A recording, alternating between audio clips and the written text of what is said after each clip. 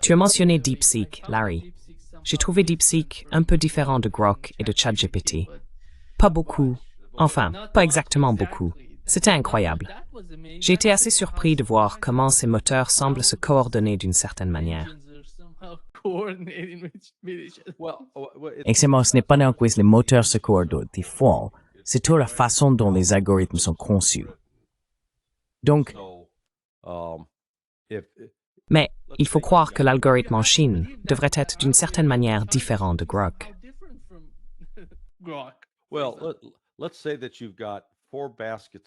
eh bien, disons que tu as 4 paniers d'épices.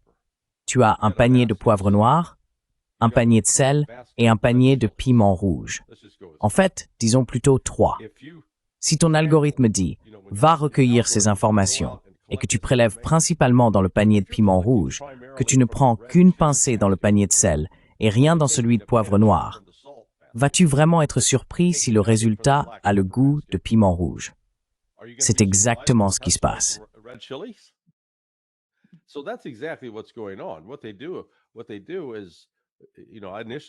Ce qu'ils font, c'est que, vous savez, au départ, j'avais supposé et espéré que ces moteurs allaient réellement lire et traiter grâce à la puissance impressionnante qu'ils possèdent, ce qui est écrit en Russie, en Chine, en Iran, ainsi que dans les médias occidentaux, puis rassembler tout cela afin d'obtenir une vision plus complète. Mais ce n'est pas ce qu'ils font. Je vais vous donner un exemple. Samedi, le Financial Times a publié cet article de propagande sur la mauvaise santé de l'économie russe. Il a été rédigé par une femme, Nina Rebikova, je crois que c'est son nom. Elle vient de Lettonie et c'est une économiste reconnue. Mais alors, elle racontait des choses complètement folles.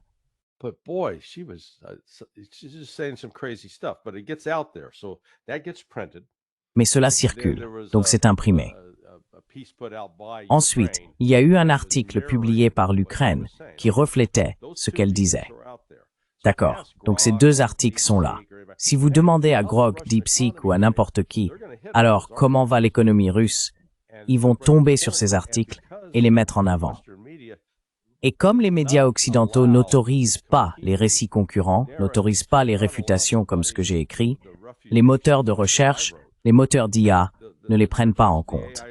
Ils ne font donc que répéter et régurgiter cette vision propagandiste, faussant le système. C'est ce qui rend l'IA si dangereuse. Elle devient simplement un autre mégaphone pour répéter la propagande occidentale.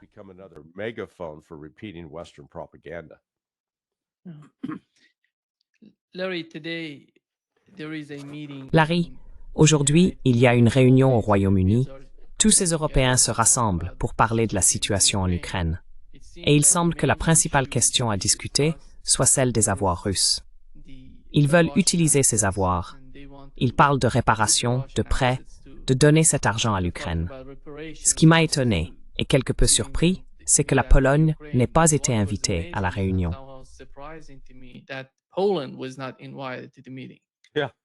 Oui, je veux dire, c'est essentiellement l'Allemagne, la France, le Royaume-Uni et Zelensky.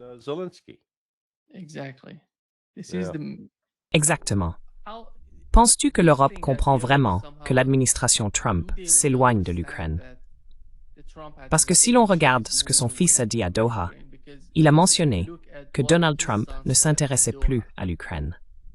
Les États-Unis la considèrent simplement comme une partie d'une stratégie de sécurité internationale. Ils parlent de faire porter tout le fardeau sur les épaules des Européens s'ils veulent poursuivre la guerre. Alors, quel est l'objectif principal des Européens aujourd'hui? Est-ce la poursuite du conflit? Est-ce quelque chose destiné à aider l'avenir de l'Ukraine, peut-être en coopérant avec les Russes? Y a-t-il une possibilité de coopération entre les 2 camps? Sont-ils capables de prendre du recul ou d'une certaine manière de céder et de travailler avec la Russie pour aider l'Ukraine?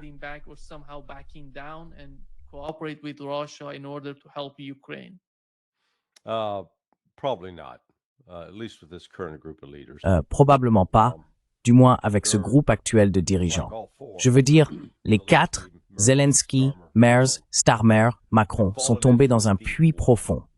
Le puits est sec au fond, et ils lèvent les yeux, essayant de comprendre. Bon sang, comment on sort de là? et il n'y a vraiment aucune issue. L'idée selon laquelle, d'accord, on va simplement saisir et commencer à dépenser les 300 milliards de dollars de la Russie, eh bien, la Belgique dit « Non, non, non, attendez une seconde, vous ne pouvez pas faire ça. » Parce que s'ils essayent, la Belgique se retrouve engagée économiquement. Elle a signé un accord de traité avec la Russie. They have signed a treaty agreement with Russia. Under that treaty agreement, this kind of action would precipitate. En vertu de cet accord de traité, ce type d'action déclencherait un effort de médiation. Et selon le droit international et tout le reste, la Belgique perdrait. Ensuite, la Russie saisirait des actifs en réponse. Les Russes ont clairement indiqué qu'un certain nombre de banques et d'entreprises européennes possèdent des actifs en Russie. Jusqu'à présent, la Russie les a laissés tranquilles. Mais elle a également précisé que si l'Europe empruntait cette voie, ce serait comme déclencher une frappe nucléaire. La Russie riposterait de toutes ses forces. Ce qui est fascinant, et que j'ai appris ces derniers jours, c'est que pendant la Seconde Guerre mondiale, l'Allemagne nazie détenait des actifs en Belgique dans le cadre d'un arrangement similaire.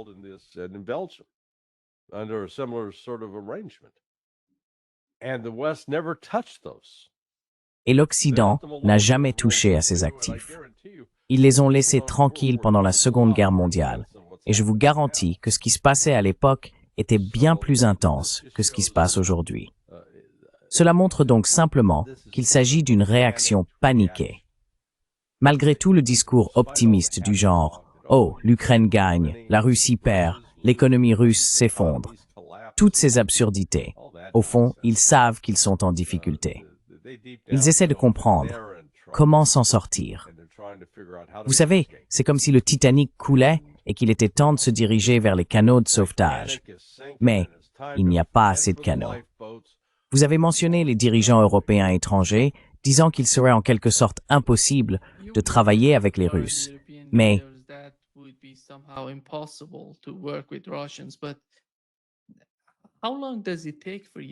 combien de temps faudra-t-il à l'Europe pour comprendre cela? Car en regardant les États-Unis aujourd'hui, et en les comparant à ce qu'ils étaient avant l'arrivée de Donald Trump au pouvoir, on constate une sorte de profond changement dans leur manière de percevoir la Russie, dans leur façon de dialoguer avec elle. L'Europe n'en est plus là. eh bien, Soros, Est-ce idéologique, Larry? Est-ce idéologique? Est-ce quelque chose dont il bénéficierait à long terme? Je parle de la direction, pas du peuple européen.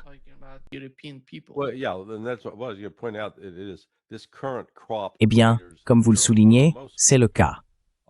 Cette génération actuelle de dirigeants en Europe, pour la plupart, est tellement déconnectée de la réalité et enfermée dans des fantasmes que les chances de réconciliation ou de dialogue avec les Russes, que ce soit Poutine ou les différents diplomates, sont inexistantes. Vous avez Orban et Fico, eux sont sensés et rationnels. Mais comme nous l'avons vu l'autre jour avec l'UEMA, avec à la fois von der Leyen et Kaja Kallas, ils parlent d'imposer davantage de sanctions à la Russie et de s'assurer que nous n'achetions plus leur pétrole et leur gaz sales, mais bon marché. Nous voulons payer des prix plus élevés. On se dit, ces gens sont fous. Franchement, être à ce point déconnecté de la réalité, c'est là qu'ils en sont. Il va donc falloir un bouleversement politique du côté européen. Je pense qu'il y a, comme vous l'avez laissé entendre, une majorité d'Européens qui disent « Nous ne voulons pas faire la guerre à la Russie, ce serait insensé ». Donc ce à quoi nous assistons, c'est à la poursuite du chaos économique et politique en Europe.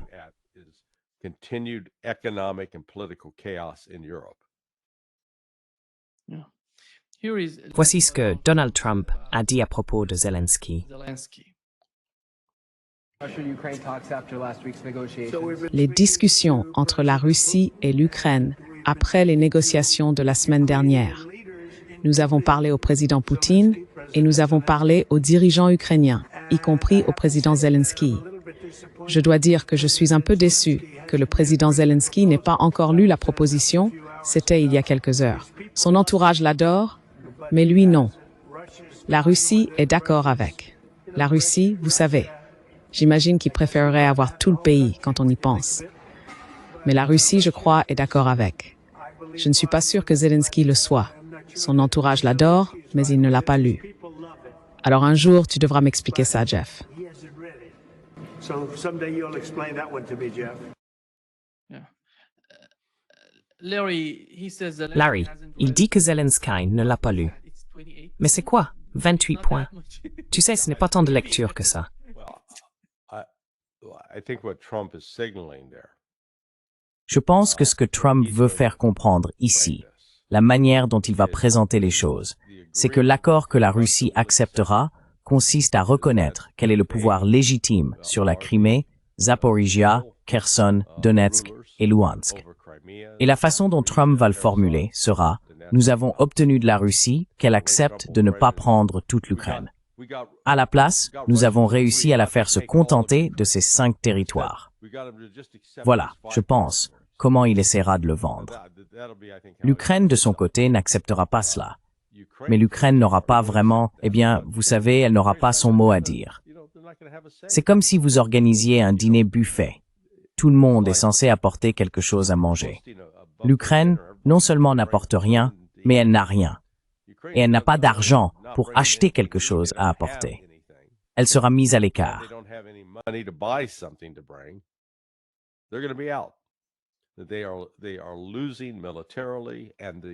Ils sont en train de perdre militairement et l'économie est en ruine. Donc, vous savez, nous la voyons mourir. Maintenant, est-ce que ça prendra 1 mois, 3 mois, 6 mois? Vous savez, toute personne ayant travaillé dans le domaine médical sait qu'il y a des gens à qui l'on diagnostique une maladie mortelle, disons un cancer, et à qui l'on dit « il vous reste tant de temps à vivre ». Parfois, ils meurent le lendemain. D'autres fois, ils vivent 4 ou 5 ans de plus que prévu. Qui peut le savoir? Mais ils ont la maladie, et la mort est certaine. Et c'est ce qui est certain pour l'Ukraine. Il n'y a absolument aucun moyen pour que l'Ukraine survive. Ou, disons-le autrement, la part de l'Ukraine qui survivra en tant qu'entité politique et économique dépendra du moment où elle retrouvera enfin la raison et tentera de négocier avec la Russie.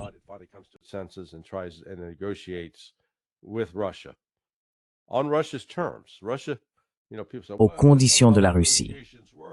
Les gens disent, eh bien, ce n'est pas comme ça que fonctionnent les négociations. Chaque partie doit avoir son mot à dire. Non, pas quand on est en train d'écraser l'autre camp, ce qui est exactement ce qui se passe. La rapidité de l'avancée russe au cours de la dernière semaine a vraiment choqué beaucoup de gens en Occident. C'est pourquoi on commence à voir ce déferlement soudain de propagande. Maintenant, il se concentre sur la mauvaise santé de l'économie russe. Et la raison pour laquelle il diffuse ces récits, c'est pour dire, vous voyez, si nous attendons encore un peu, ils vont s'effondrer et nous gagnerons. Alors tenez bon. Mais tout ce que vous faites maintenant, c'est mettre plus d'argent dans une cause perdue.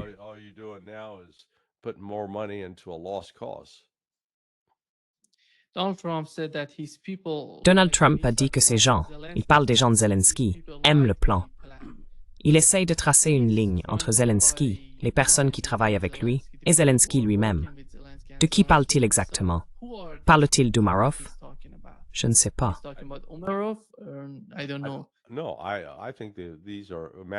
Non, je pense qu'il s'agit de personnes imaginaires qui vivent dans son esprit. Vous savez, peut-être qu'il parle de Klitschko, peut-être qu'il parle de Zelensky. Les alternatives, non.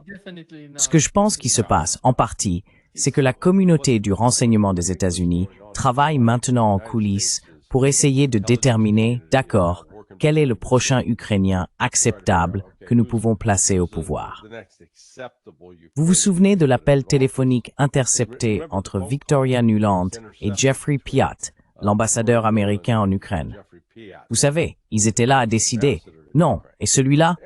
Non, c'est un idiot. Non, c'est un imbécile. Oh, on veut celui-là. On peut le manipuler à fond. Vous voyez, c'est ce qui se passe en coulisses.